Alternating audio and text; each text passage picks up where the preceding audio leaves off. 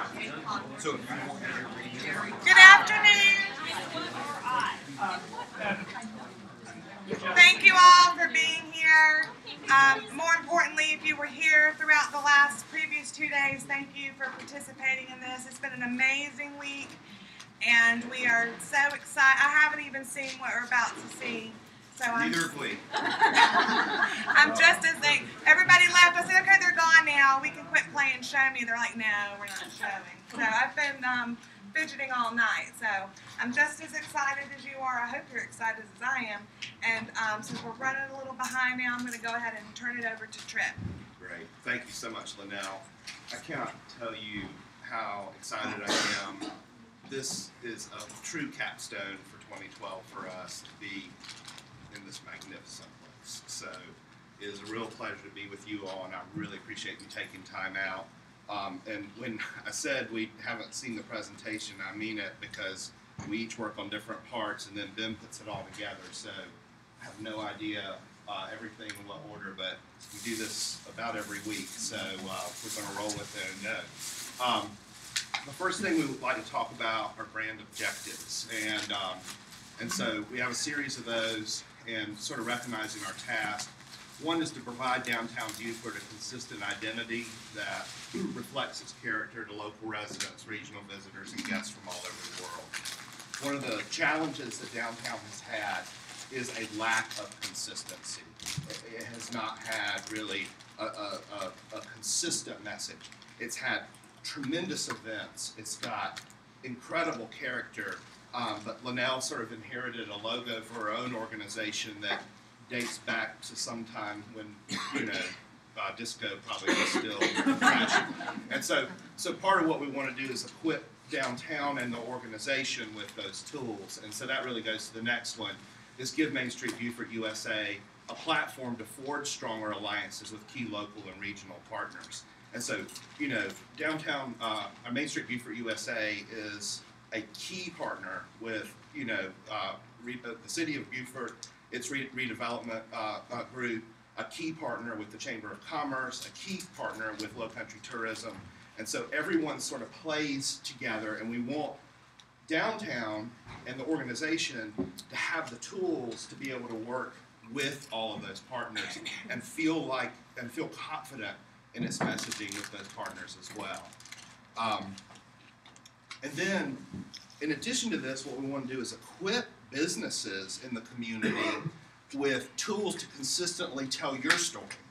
And so what happens all too often is you as individual businesses have your own messages that you want to send out, but sometimes you also want to speak with a common voice. And so we're going to show you some ways that that might happen, so that when someone from Hilton Head, say, picks up a magazine and opens it up and starts flipping through it, they see a consistent series of things that triggers in their mind that this is one place to go, and that there's a lot in that one place. And so you'll see sort of how that works, and then we'll talk more about that in some of the mock-ups that we've got. And then, of course, part of what we want to do is cultivate the Beaufort experience in all of downtown. You have a very vast district, and so part of what we want to do is make sure that the visitor, the guest, the local, whoever it is, realizes that when you're in this particular location, wherever it may be, you're only seeing this much of what downtown Beaufort has to offer, and so we really want to help guide them through a lot of different things. I'm going to let Ben talk a little bit, and we'll sort of tag team on the brand elements. There are typically 4 elements that we deal with. The first one is typefaces. In the case of Beaufort, we're dealing with 3 typefaces. You will note with a quick read here that script is not one of them. And script is beautiful, and actually Beaufort is beautiful in script. The real problem is your 2 800-pound gorillas each use a script. And we really want you to have a bit more strength. And so we're deliberately eschewing the script so that when you put Savannah, Beaufort, and Charleston next to one another, you end up being the strongest looking one. That's a deliberate move. And so the primary is a Seraph, Plantagenet, Cherokee.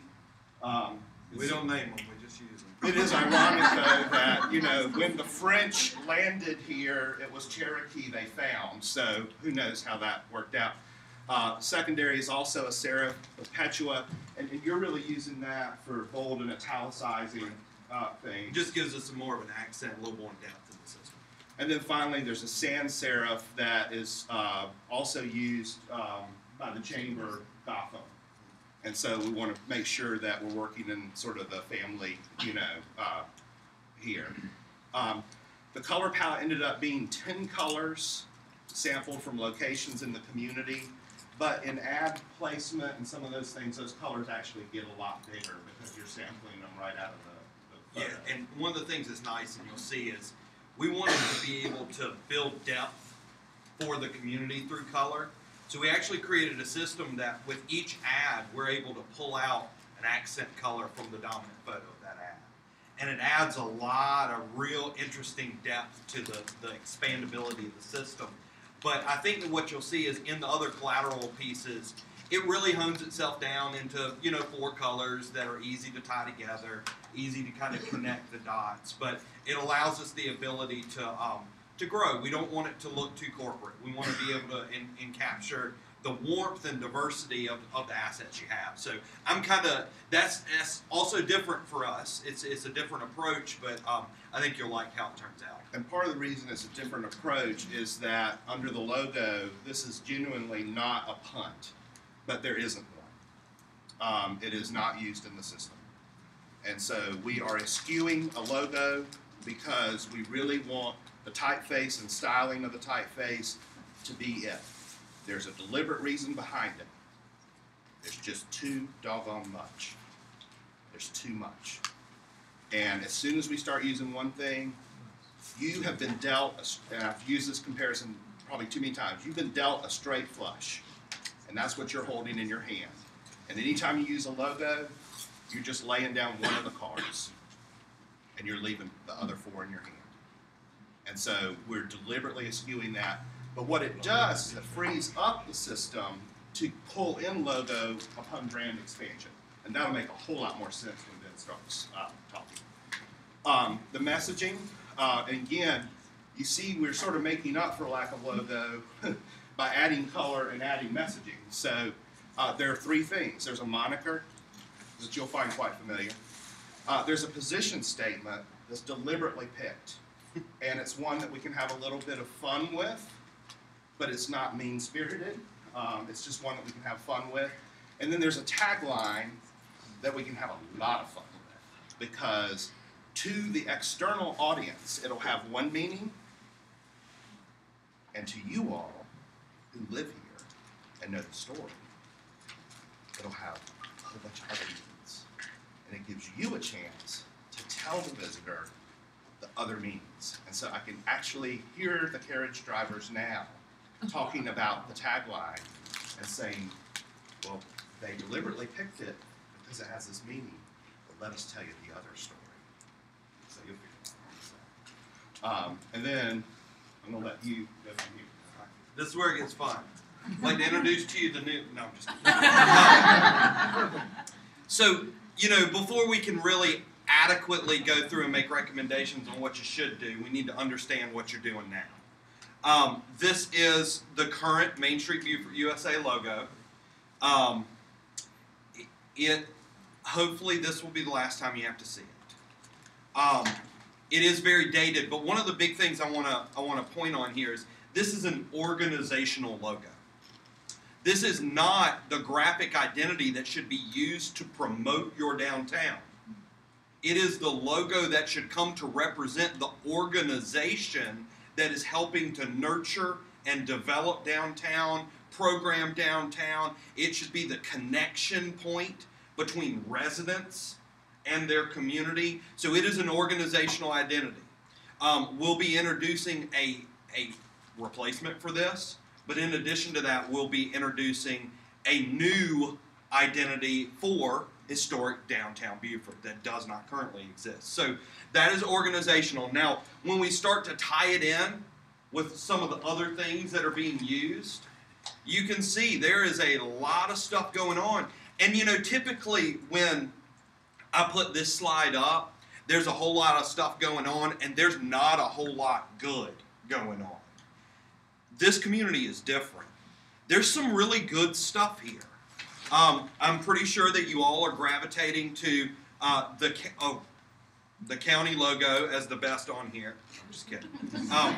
You know, poor counties. Like we don't ever get to do real sophisticated stuff with counties because counties are the land in between the communities. But you know, when you look at this and you look at all the different things that are going on, there is a lack of continuity, but there is not a lack of quality. There's been some real good thought put, whether you look at what's going on with Penn Center, how that identity has worked and then also rolled into their anniversary logo, whether you look at even things like the 300th anniversary.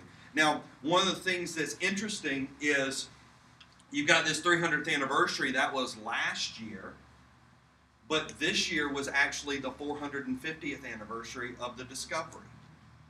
But you know, that 300th logo was so doggone good, we let it stick around a little while. We need to be able to have the opportunity for certain strings and threads to exist. And you know, And one at of the the same time too, Ben, if you don't Yeah. mind, is the private sector efforts as well, Mhm. and those are important and high Absolutely. quality. And in no way is this designed to replace a private sector effort. It really wants it wants to allow that private sector effort, whether it's Eat, Sleep, Play as a business, Shop Local, which is a campaign, those to be able to have their own place in this as well. Right. And I think one of the biggest things that we see here is in each one of these, you can probably put yourself in the situation of how they were designed. And those committees, and a lot of thought went into the graphic elements there. But if you look at the library, or if you look at the old chamber, if you look at 300, if you look at school district, even the film society, all of those have the opportunity for them to adopt a typeface change and not significantly change their logo in any way in terms of their unique identity, but all of a sudden adopt a trigger that connects them with the community as a whole. So that's one of the things that is kind of interesting about what we're showing. And then we move into the events. Everything from jogging shrimp to sax plain crabs. There's the thing that we always see, though, and this is a big lesson that we want to pass on to you. When you are communicating these events to the people that you want to take advantage of them, they need to connect these dots. Each one of these events does not need to exist in its own vacuum, its own ecosystem with no connection to anything else. These are the events of Beaufort. These events help make it a vibrant community. They help connect people with their homes, and they help create experiences for friends and neighbors to gather and enjoy one another. So if we can begin to integrate a more common thread in those events, we begin to leverage and bank those positive experiences back into the community as a whole, instead of having everything in its own little compartment. Does that make sense? And we'll be able to show you how that works too. And then we also have new efforts, things that are just being introduced. And here is the new logo that tourism has started to deploy for Beaufort. So in all of these things, we have to be real sensitive about how can we begin to create this product, but also understand that it has to work in dance, it has to work in concert. There are many different things moving at one time. So all of those kind of went into us figuring out what's the solution going to be. And then, doggone it, we can't forget Beaufort. It's like, and it's so funny about Beaufort is their tagline, "Be here," is almost dead wrong. is it Beau here? Because it should be Bo here. So it's really ironic that they're reinforcing the mispronunciation of their name in their tagline. Yeah. So y'all can have a little fun with that later on with your friends from Beaufort, but it is interesting that that's what they're using. But I think one thing, again, it's kind of an interesting, as you look through the things that exist, and they made a really, really astute observation when they came up with this identity, and we can see how important it is when we look at what Beaufort, North Carolina is doing. You have two communities very close to one another, both in Carolinas, both on the coast. We have to be very deliberate. We have to integrate South Carolina into our message far more so than we typically do in a community. Because, I mean, Linnell shared numerous stories of people that accidentally drove to North Carolina. You know, it's like, hey, I came for the water festival, and there wasn't a festival that weekend. It's like, well, what state did you go to? I mean, that's sad that you have to ask the question, but we do have to be real mindful I of think there's that. another reason too, though, as a South Carolinian, a native South Carolinian, and someone who, you know, this part of the country is the one I'm least familiar with, and yet as a South Carolinian, I feel so rooted here, and so reinforcing South Carolina helps the rest of the state feel the pride that you may feel here. I feel proud of the efforts that you all have done as an upcountry guy, you know, and so it's neat, you know, as you're a steward of something very important for the whole state, and so that's another reason. That's a great point. And then finally, being able to look at those identities of the kind of major players in the region. And one of the things that we really wanted to give you as we went through this process is we wanted to give you a value statement that placed you between Savannah and Charleston instead of simply a geographic statement. We heard it over and over again, where you were, you know, and how convenient that is, and that relevant connection in that kind of history thread between the two. But we really wanted to up that game. We wanted you to be more than geographically between the two.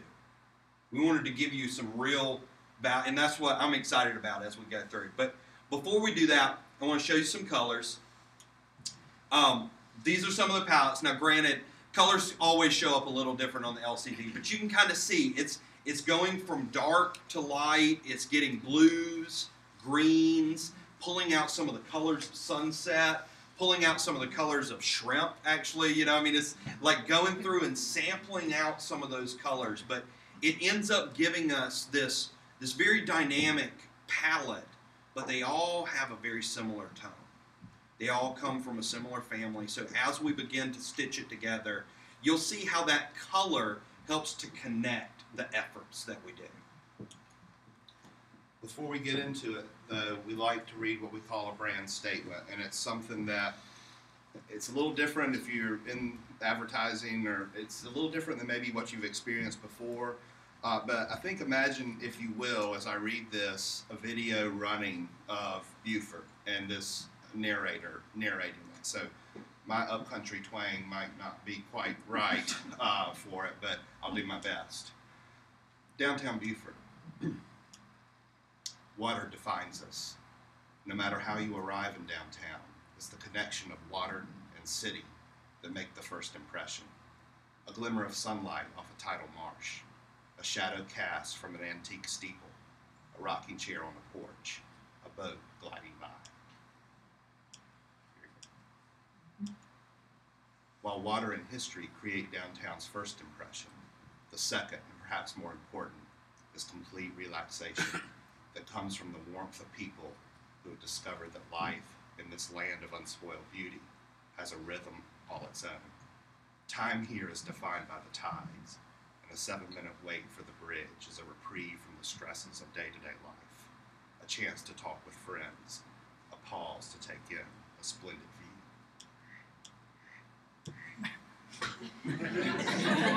We're in downtown like no other on this earth, where each turn reveals magnificent vistas and grand architecture. We're a place where art thrives on the inspiration of our surroundings and finds its way into studios, galleries, our streets, and our buildings. We're a place where the region's largest collection of independent shopkeepers offers peerless service and uncommon finds. We're the stewards of a way of life unique in the nation. Food from our waters that have graced our plates and nourished our people has now become cuisine celebrated across the world. Today, we serve food from around the world and our own low-country cuisine in dozens of restaurants, cafes, and bistros. We're a place where the word freedom has meaning so deep that it is often hard to fully comprehend the role we have played and continue to play in this great nation. You hear the sounds of freedom in jets that soar over columned buildings and in the fellow language spoken by people whose roots run deep in this cherished place. You see freedom in the uniforms of proud Marines. You even smell freedom in the marshes that carry life so abundant.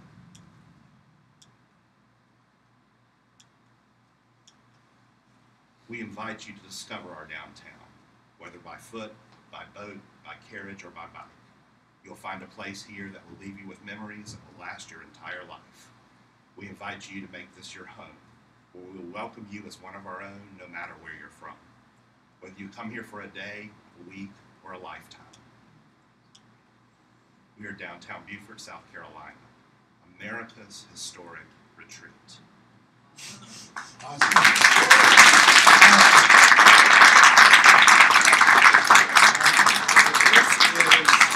Tagline, historic retreat.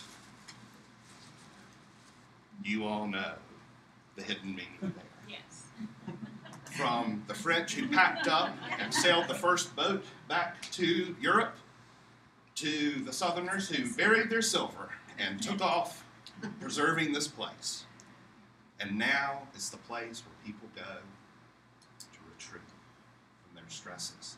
It's a place where you live in a retreat in 7 minutes at a bridge and give you a brief pause for that. So I'm going to turn it back over to Ben and let him talk about the imagery from there.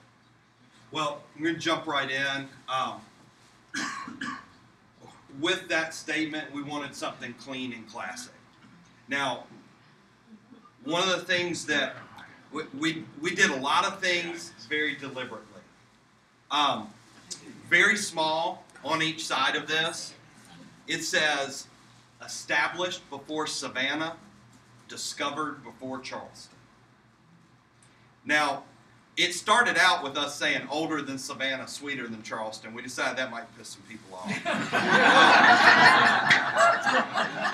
But, you know, the fact is, this is true.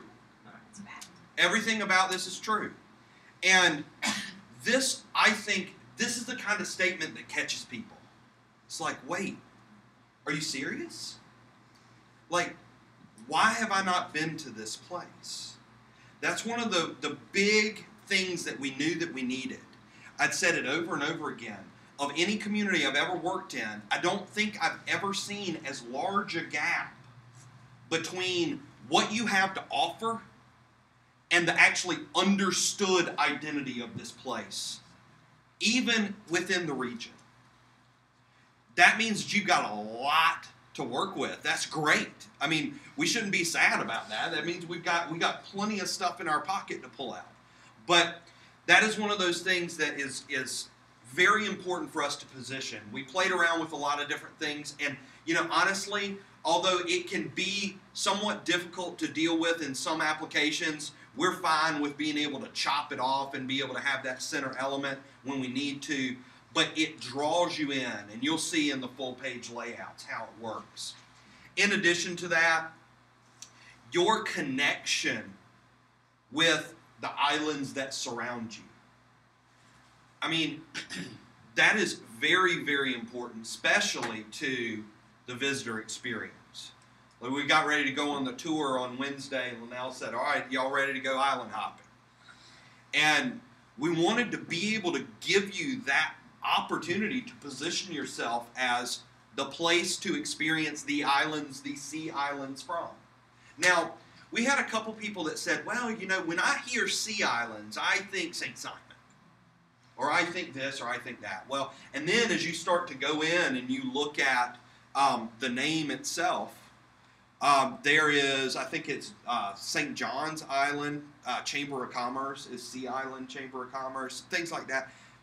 The fact is, you are a sea island. You've been known for years as the queen of the sea islands. It's up to you to make it mean something. It's up to you to own it and make it marketable for yourself. But I don't think that it is time to just give it to St. Simon. You know? They actually got it from here. Well, there we go. Just like Clemson stole the Tigers from Auburn.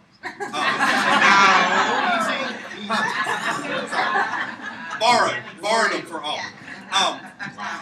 So you can start to see how those pieces come together. I want to just kind of jump through. The thing that's nice about this is we've got a lot of room to work. We've got some flexibility in here.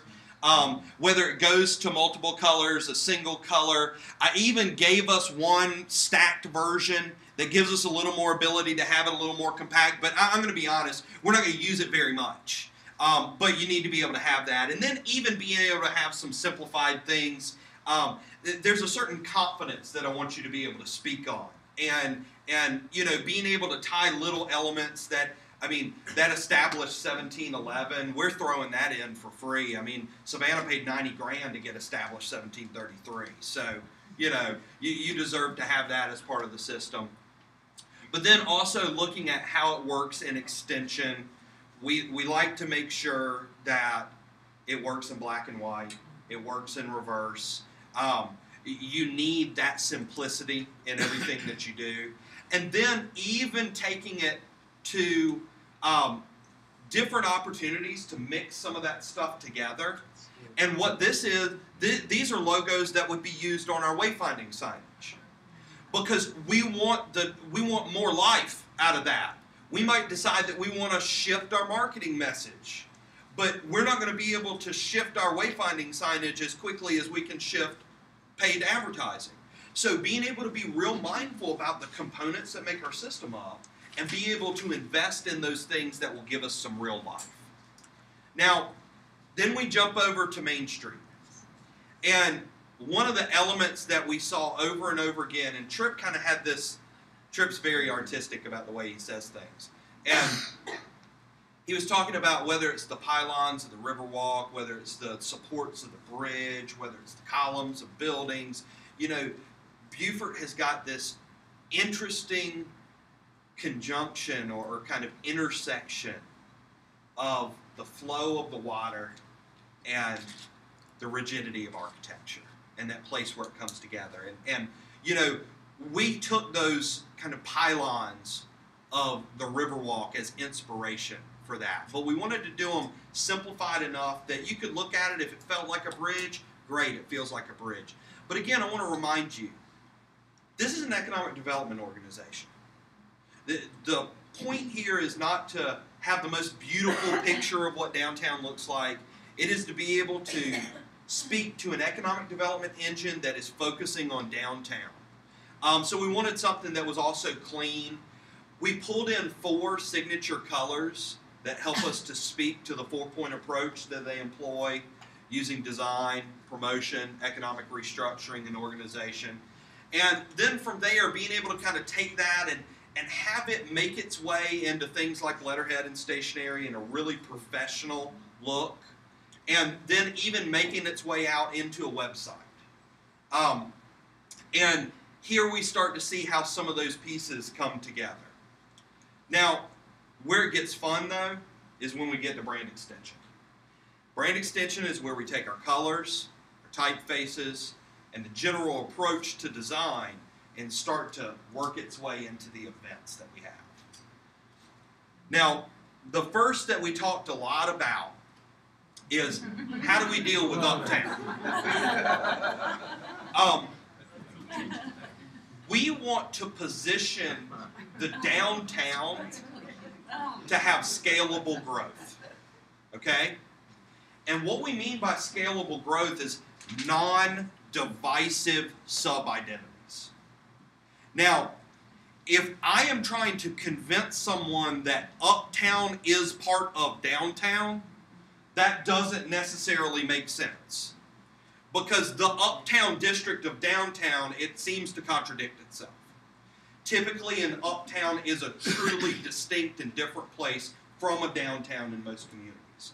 So we wanted to be able to tie that more into the identity. Now, we admit the area known as uptown has a unique character to it and a different character. But we want to be able to position those merchants to tie themselves together, to be able to create a sense of density of experience available there. And one of the suggestions was, can we tie it to street names? So obviously here would be the first that we could throw out there, Boundary Street Shopping District, feel free to cross the line.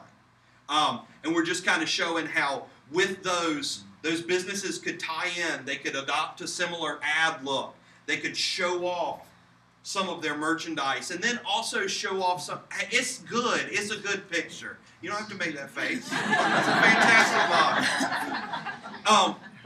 But you know, again, you start to be able to show off the people that make this place different.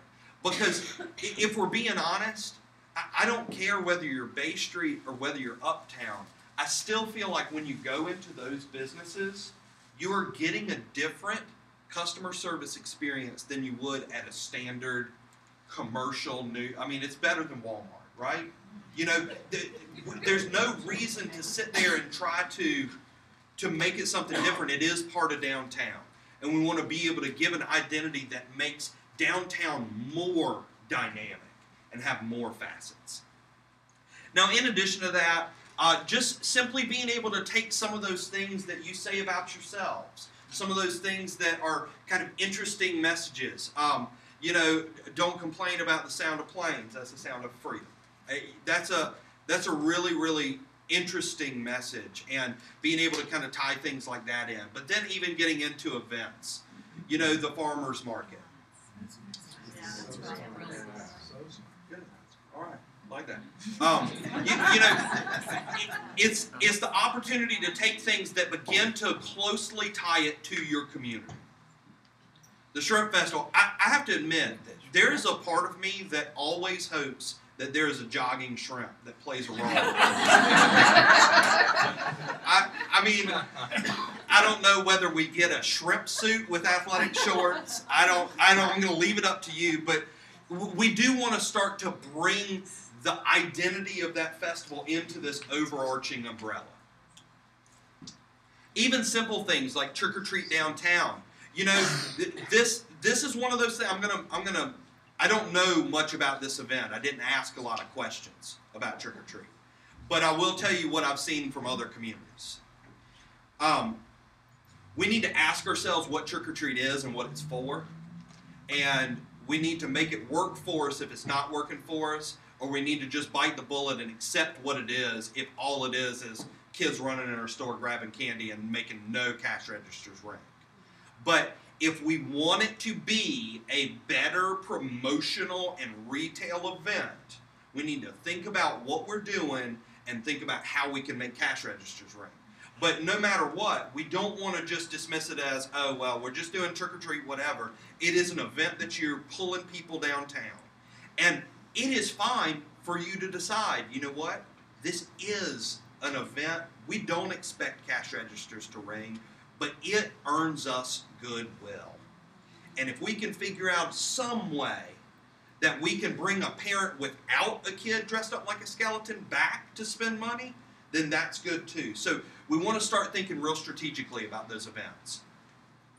A night on the town, you know, you've got some interesting things kind of going on with this. It's actually a lot of different elements. Christmas parade and the lighted boat parade, is that right? Well, a night on the town is one night. It's all one weekend. Gotcha. So, you know, sometimes simplifying it out, you know, don't try to make your logo do too much.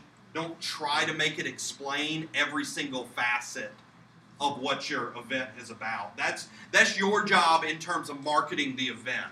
It's not the logo's job to tell the whole story. It's too quickly logos turn into maps. It's like all of a sudden we expect our audience to all be cartographers, and that's not fair. We need to be able to create a very simple image that we can start to connect dots. Taste of Beaufort. You know, again, just some kind of fun ways that you can tie that in. I'm not against a sax playing crowd. You know, not against that at all. But again, bringing it into that overall identity system. The Water Festival. You know, this is absolutely inspired by the identity that's been around. There's no reason to jettison things, but you can bring it into the system with some slight changes. And the nice thing about doing something like this is it would allow you to keep anything that you've already invested in. You don't feel compelled to throw things away because it's sending conflicting messages. So then, all of a sudden, we start to see how these events are reinforcing the experience. They're reinforcing the identity of place. Now, from this, we're going to jump into signage. There's a lot of talk about signage. And I'll get T probably to jump in on a couple of these. A lot of times when we talk about signage, the first thing that people go to is they go to gateway signs. And then if you've ever driven along 95, it's like, oh, well, I drove through Santee, and they have this huge brick wall with fountains and lights and a laser show. We all know that's not really appropriate here. So the signage has to be very deliberate, but it also has to be very, very appropriate. So we're showing a couple of things that kind of move past that corporate limits gateway and into the actual experience of the place. And one of the big things that we always talk about is being able to denote the entrance of special places. And with as much talk as we've had about downtown and where downtown is and where downtown isn't, being able to do some simple pole-mounted district gateway entrance signs, extremely good tools. They'll allow us to denote entry points along Rebo Road, along Boundary, and let people know that they're entering into somewhere special. Got anything you want to add? Good. Then we move into the next set of signs, or what are called trailblazer signs. Trailblazer signs are intended to reduce sign clutter. They're intended to replace signs that might have existed. And they're also intended to help a visitor have a seamless experience. You know, when you're in a place that you're not familiar with, and the moment that you start to question if you're going the right way, you get that funny feeling in your stomach. These are intended to strategically lead people to main primary destination points. And one of the things that T's done while he's here, through interviewing people and going out into the community, is he has created a really, really good operating map with defined destinations on it. And those destinations are tiered by their kind of importance levels, right? Exactly. You want to talk about that for a second? Yeah, well, there's really a lot to it, but I'll try to keep it really short. I mean, if you think about it this way, the job of a wayfinding system is to welcome the visitor, it's to convert the motorist into a pedestrian, and then once they become a pedestrian, it's really to curate the experience as if your community is a museum. So the destinations that you're likely to see on larger signs that are intended for people driving, those are going to be the larger scale attractions, the historic downtown, the waterfront park, the visitor center, things like that. But once you get people out of the car, then you can start to have more fun with pedestrian scale signs, and so you can be more creative and innovative in terms of materials and things like that. So once you get people out on the street, then it's important to start talking about the museums, the historic houses, churches, cemeteries, all of those things that you have. And, you know, Linnell and I, we actually ran out to take some pictures at the last minute. As we were driving back, I noticed there was a couple standing on a street corner with a map. And he was looking this way, and she was looking that way, and the map was just kind of like this. And, you know, I mean, so people are out there. People could really use this and embrace this, I think. And I misspoke on this sign. What this sign actually is, this sign directly addresses some of the issues that we heard you talk about during this week. This is a sign that is more scaled to the pedestrian. It is still relevant to the vehicular traffic, but this is a sign that begins to incorporate the business community into it. It helps you to divert traffic off of a strong linear corridor into some of the side streets. And one of the examples that we gave was a sign system up in Greenville where, Greenville Main Street is a single linear main street with perpendicular nodes. And we have signs on those corner points to be able to tell what businesses are down each of those perpendicular nodes. And essentially what happens is the city puts up the sign blank, and then those light blue sections are actually inserts that the business can purchase and have their business name on. And it helps us to get around a little bit of that, hey, we don't want the city government paying to promote, a private business, but at the same time, it's creating a vehicle to help foster greater browsing and greater economic impact of our pedestrians. So you can probably already imagine, especially if you own a business that's not on Bay, where you'd love to have some of these signs placed. So, that'll be a very important part of this system. Is that good?